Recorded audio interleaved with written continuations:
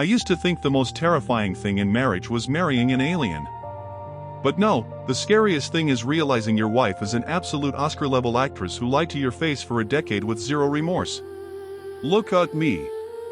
I'm 35 years old, blessed with a stable career, a nice car, and 2 chaotic kids. From the outside, our life looks like a perfect commercial for high-end toothpaste. People always envy us. Little did they know, our happy home was built on a massive, shaky foundation of pure nonsense. And it all started back in college with a single, innocent question during a late-night chat session. Back then, I was naive enough to believe that loving someone meant trusting them 100% without asking for receipts. I didn't T-spy, check her phone, or interrogate her shady exes. One evening, while eating cheap instant noodles, I casually asked, "Were you ever deeply in love before meeting a handsome guy like me?" She looked down and gave me a pure, innocent smile. "Oh, just a high school puppy love," she swore earnestly. We held hands and talked about life under the moonlight, but we never crossed that line. "You are my one and only real romance." I swallowed that story like a delicious dessert. I didn't care about a little hand-holding. Everyone has a past, right? I was just happy to be her hero. Fast forward a year later. We took our relationship to the next level. I was extremely nervous and awkwardly clumsy, like a total rookie trying to control a runaway submarine. If clumsiness were an Olympic sport, I would have taken home the gold medal. My wife cried, complained about pain, and quickly cleaned up the whole mess within 2 minutes flat. However, I noticed something strange. She knew surprisingly way too much about various birth control brands, dosages, and usage methods. She sounded like a medical professor lecturing a class. A suspicious thought popped into my head, hold on, this doesn't match her innocent high school hand-holding story at all.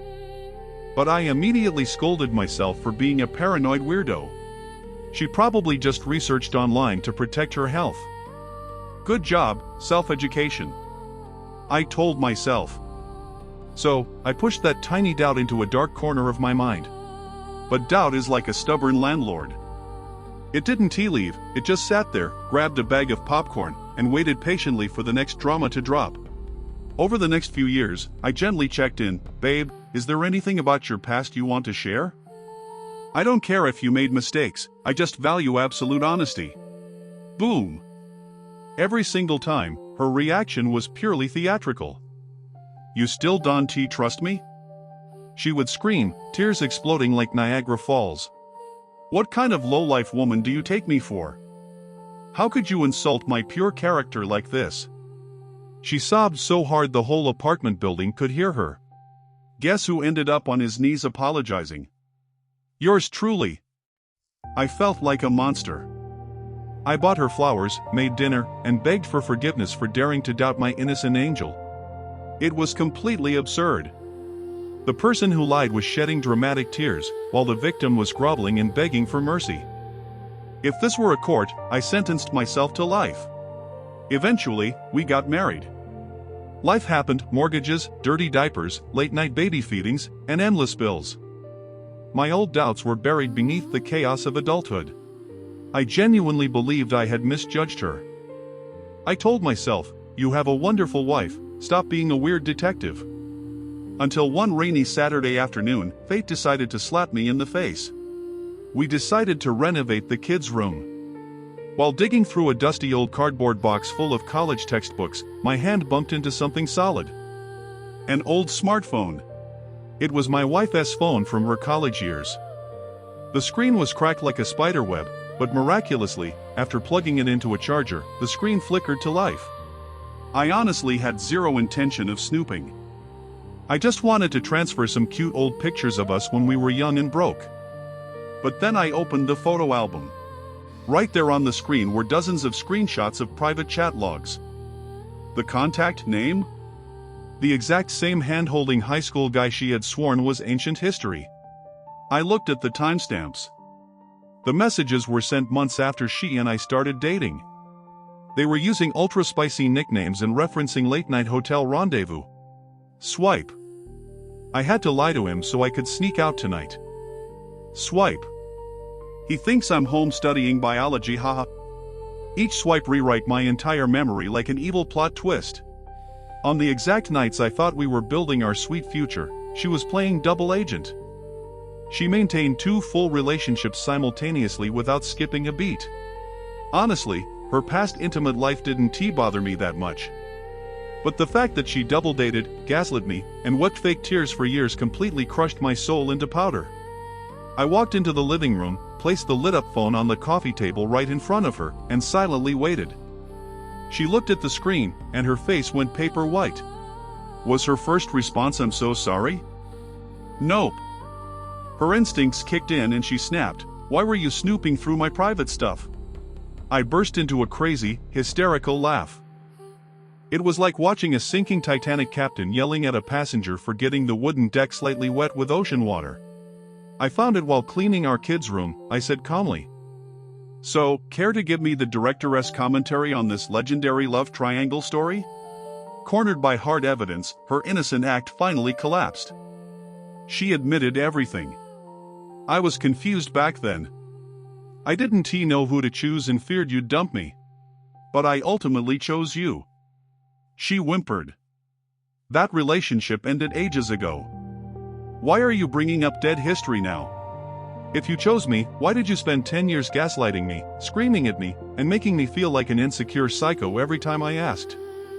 I challenged. "I could have accepted your past choices," I added with a heavy heart. "But you fabricated a fictional Barbie version of yourself and trapped me into marrying a lie." She started crying heavily again. But those iconic tears, which used to turn my heart into jelly and make me apologize instantly, now made me feel utterly empty. I couldn't tell which tears were real emotion, which were survival panic, and which were just reflexes from performing the same dramatic role for a decade. I lied because I was terrified of losing you. She wept. "Were you afraid of losing me?" I asked, "or were you just terrified of facing the consequences of your own bad choices?" She had no answer.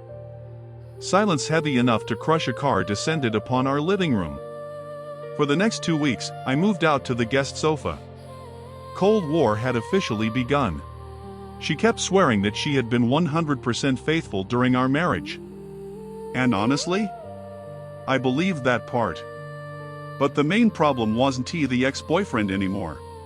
The real problem was, if she could execute a masterclass lie for 10 whole years, defend it with tears, and manipulate my reality, what other lies am I living with right now? Watching my kids sleep peacefully, I wrestled with my mind.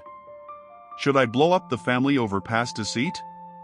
Or stay with a master manipulator and live in eternal paranoia? Instead of filing for divorce in a fit of rage, I called a house meeting and laid down 3 non-negotiable ultimate conditions if she wanted to prevent divorce paper delivery. Condition 1, full chronological confession, no missing details. Condition 2, weekly couples counseling. Condition 3, accept that my forgiveness might take years or never arrive at all. She agreed. During our first therapy session, the counselor asked her point blank, why keep lying when he promised to accept the truth? My wife paused for a full minute. Because every time I successfully lied, she whispered softly, telling the truth became 10 times more terrifying. Boom. Finally, a real answer without self-pity excuses. I haven't fully forgiven her yet. But I stopped blaming myself for being gullible. I wasn't stupid, I was just a husband who chose to trust the person he loved.